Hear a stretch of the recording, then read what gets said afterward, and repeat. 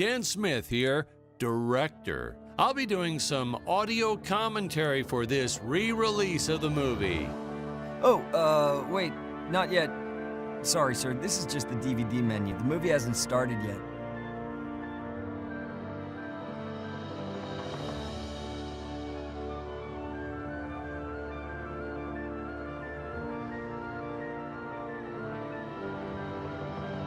Well, I see you dug up the original movie poster. Oh boy, that takes me back.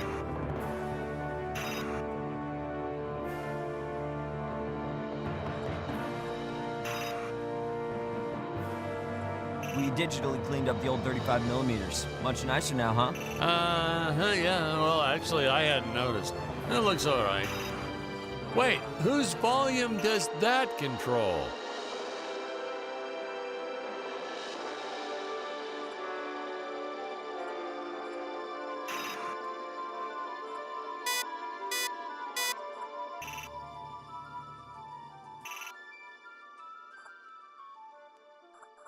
I can never figure out all these DVD options. I tell you, watching movies has become complicated. The pause button, I know that one. All right, we're gonna start the commentary.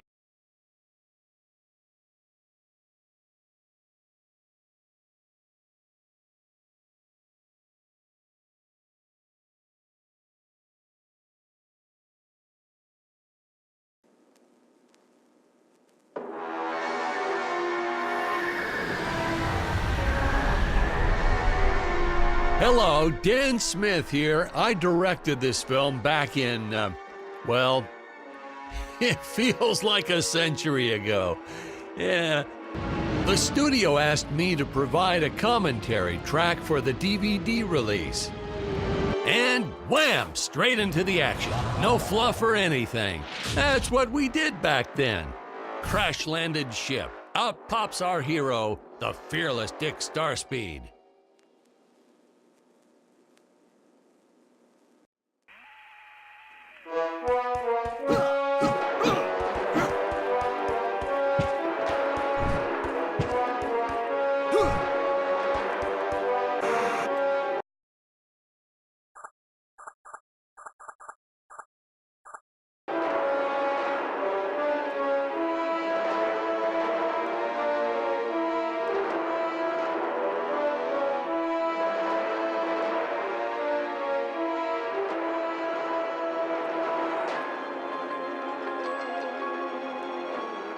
Seems like our lead forgot what to do in his scene.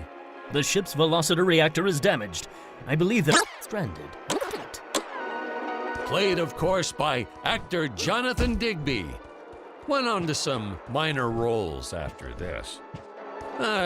Such a shame. I thought from day one this guy's got leading man written all over his face.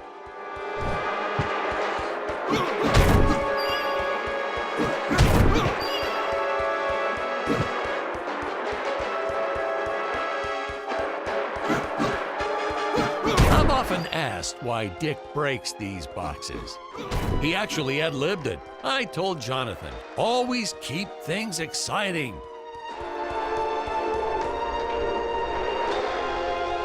Greetings, citizens of Gravoria. I am Dick Starspeed, and I come in peace.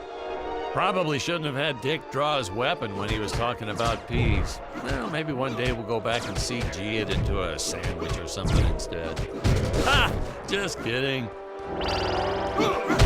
And this is what people pay to see. A no-name middle-aged B-list actor duking it out with stuntmen in costumes. Such stunning choreography. Now the extras in those robot suits really knew how to take a punch. Oh, literally. I told Jonathan not to hold back. Give it all to him. Kick him in the nuts. Holy and bolts. smokes!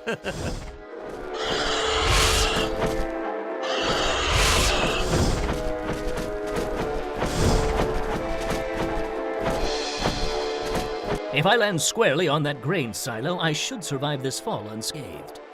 Well, I shouldn't say this now, but you could actually see the strings if you squinted hard enough.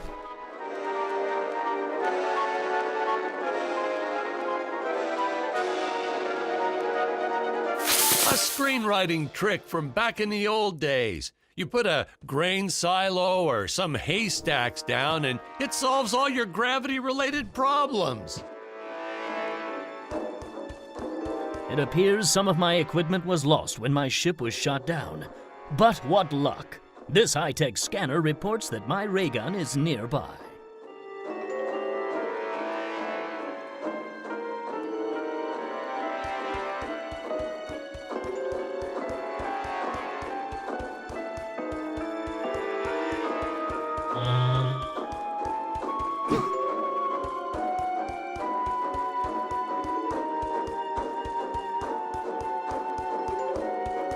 Oh, the dinosaurs!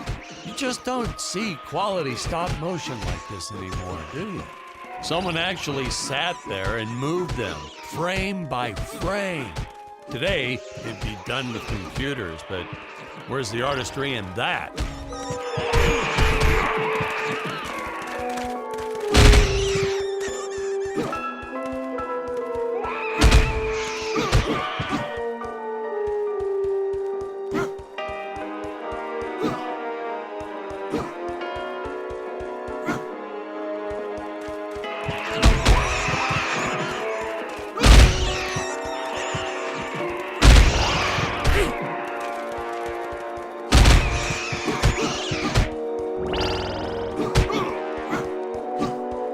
Now, if the trees here look a little plastic, well, it's because they are. I took them from the set of my last film, Vampire Island 2.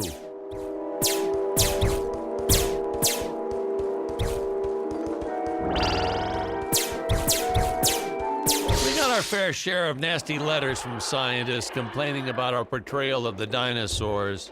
Was news to me. Apparently, these stegosauruses weren't meat eaters. Must have preferred shellfish or something. Wow, how do they know? That's what I say.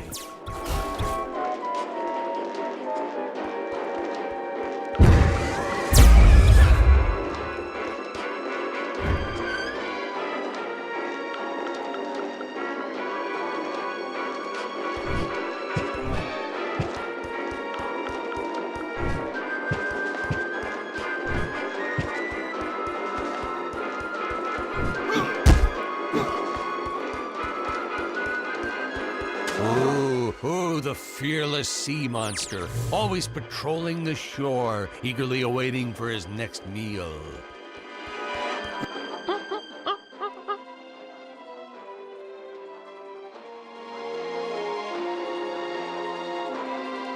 As usual, the local population is defenseless. That's where our hero steps in and saves the day.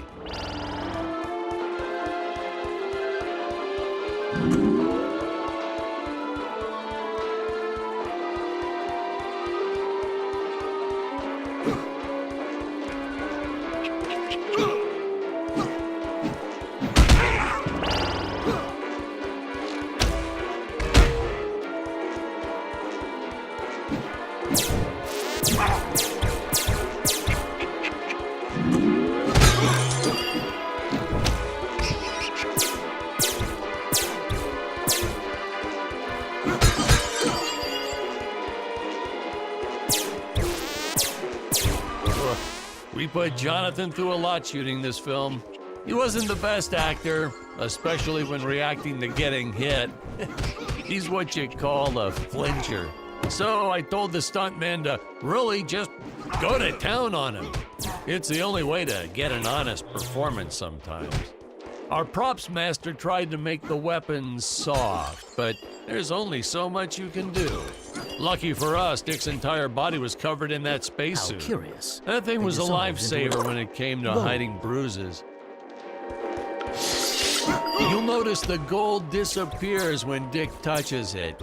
We had a deleted scene that explained he's actually teleporting it back to his ship. It's funny, no one ever questioned how Dick was able to walk around with an infinite amount of gold on him.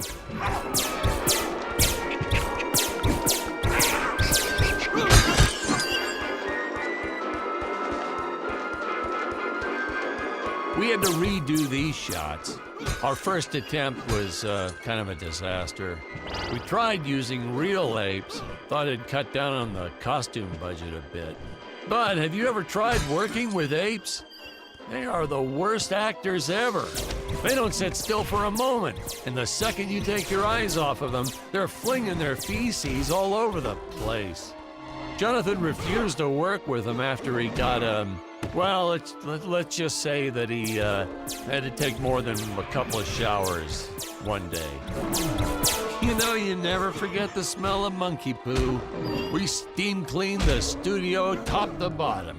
Still never got rid of it entirely.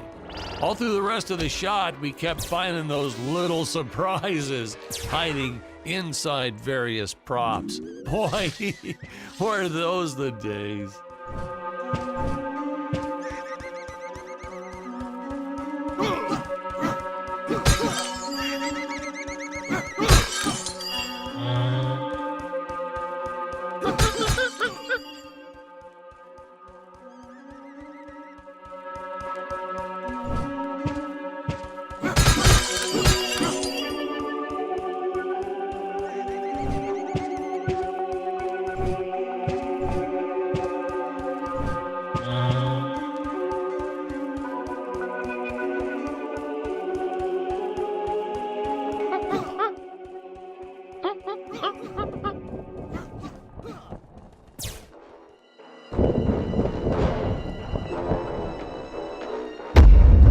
Some really top-notch stop-motion effects, huh?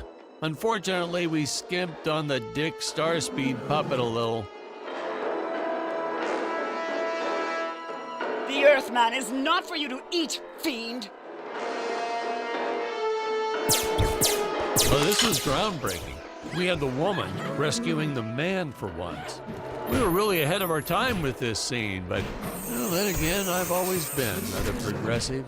The studio exec didn't seem to get why it was such a big deal, though. Sorry, we don't see this as anything unusual. Ha! Of course! It's unusual! A woman would never save the man. It just doesn't happen. Not in the movies, not in real life. I don't know why we didn't get more recognition for this scene. I guess I was just a little too ahead of my time.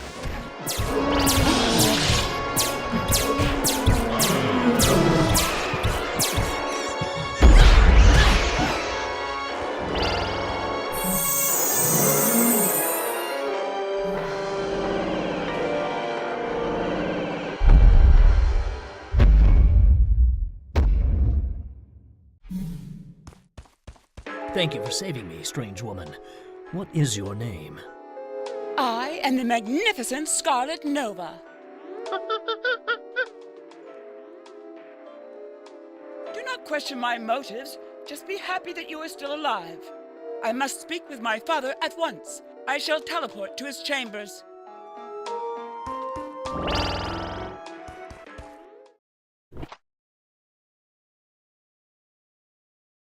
So we'll be seeing our first example of teleportation being used by Scarlet right here.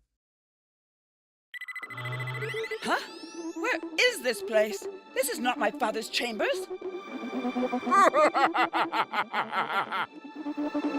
You have disobeyed me for the final time, Scarlet. Enjoy an eternity in the Tower of Eternal Solitude. For all eternity! The old fool did not notice I am wearing my jetpack. Booster usage. Jump. Wait. Wait. Use booster. Survive deadly fall.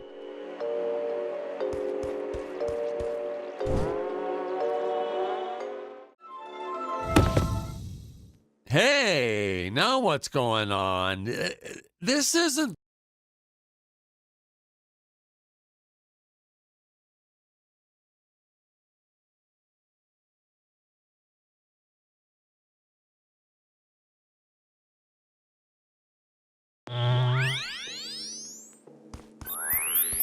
Booster usage.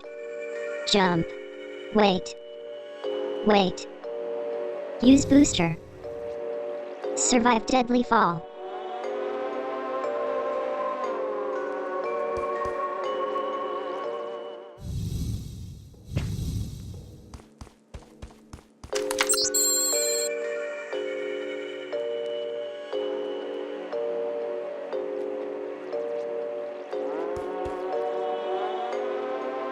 Scarlet didn't quite realize she needed to shoot those energy orbs down below. Keep in mind, Stacy was doing this on a soundstage, okay?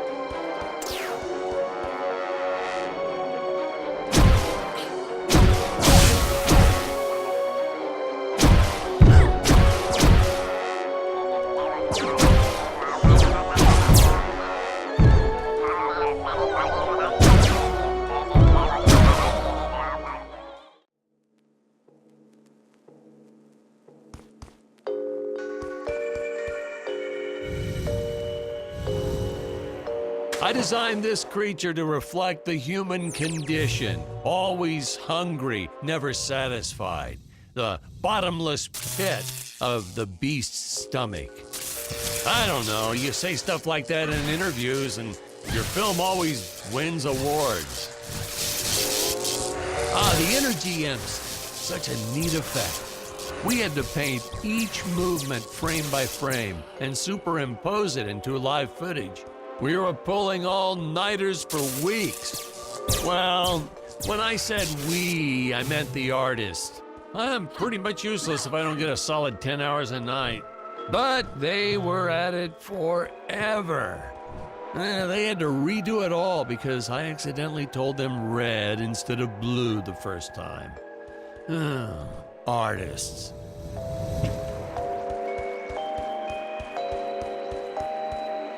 Curses! My father revoked my access to the teleport terminals. I shall only be able to utilize the ones I activate manually.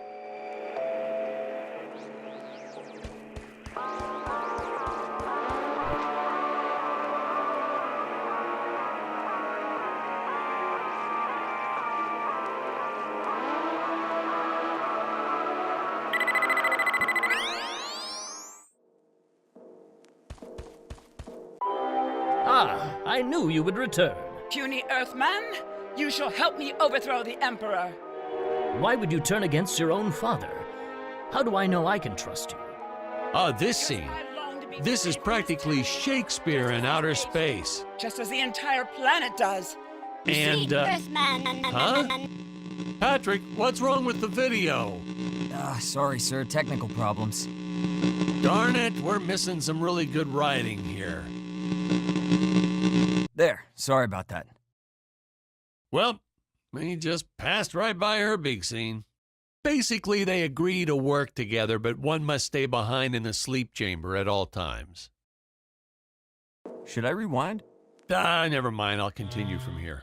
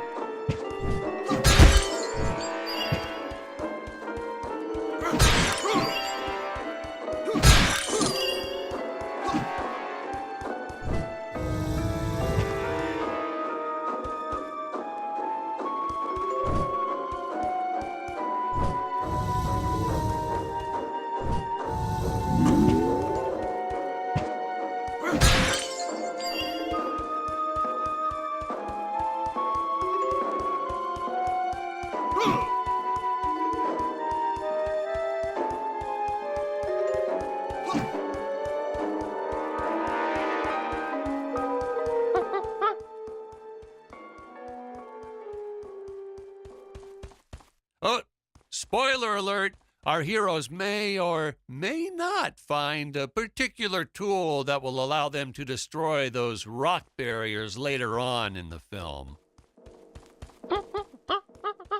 Right from the start, our budget was a little tight, even by standards back then. To make do, Tony shot a couple scenes in black and white. Originally, he intended to use it for flashbacks. But then I had to break it to him. Our film doesn't have flashbacks. We almost made it a silent film just to cut costs.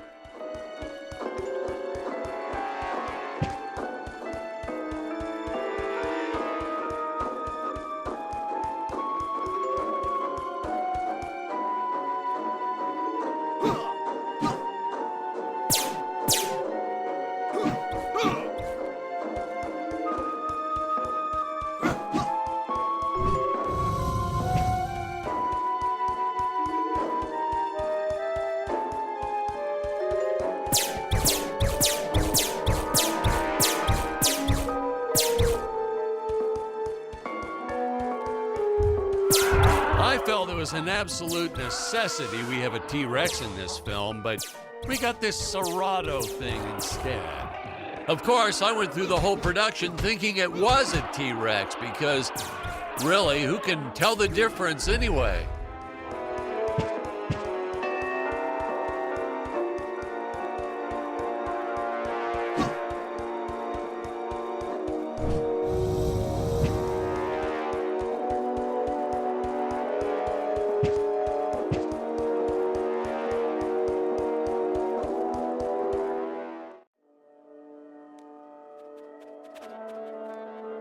It would appear that now is the time for us to climb the Deadly Tower of Monsters.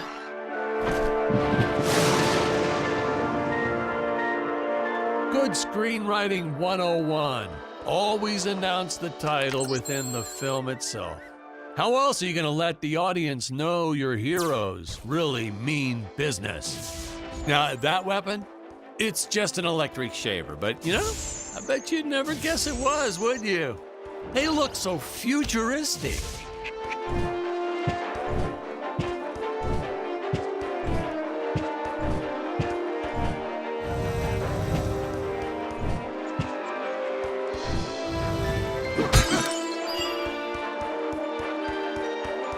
I could have made use of that one at some of our meetings with the studio.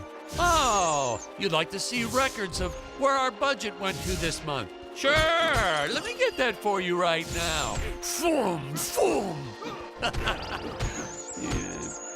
Unfortunately, those meetings ended in a much different way.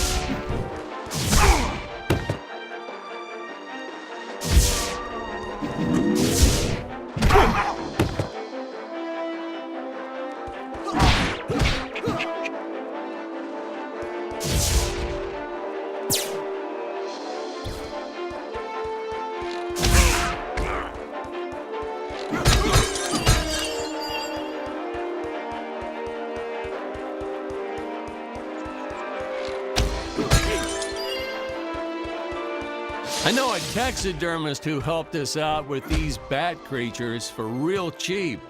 And he's not good. He's kind of sloppy if you want to know the truth. But that's the best part. A sloppy bat looks scarier.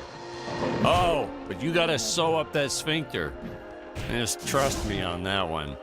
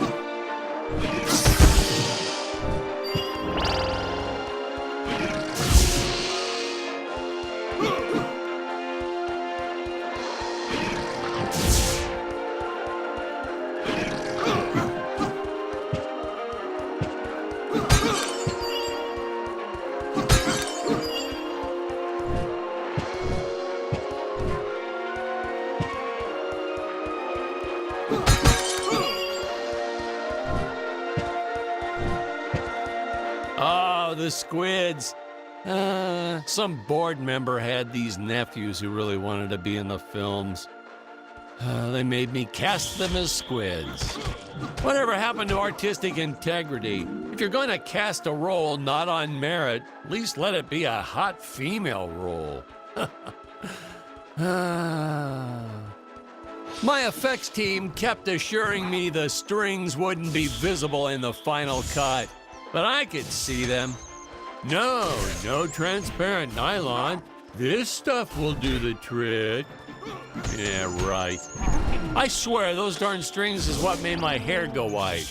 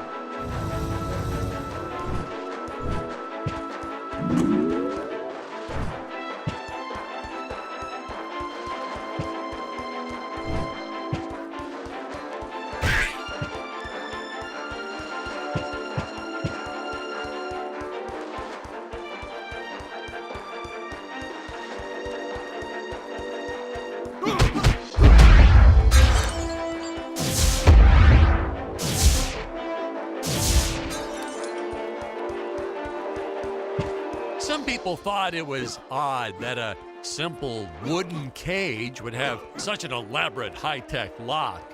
But hey, if a Gravorian ever traveled to Earth, I'm sure they'd think a lot of our stuff is weird too.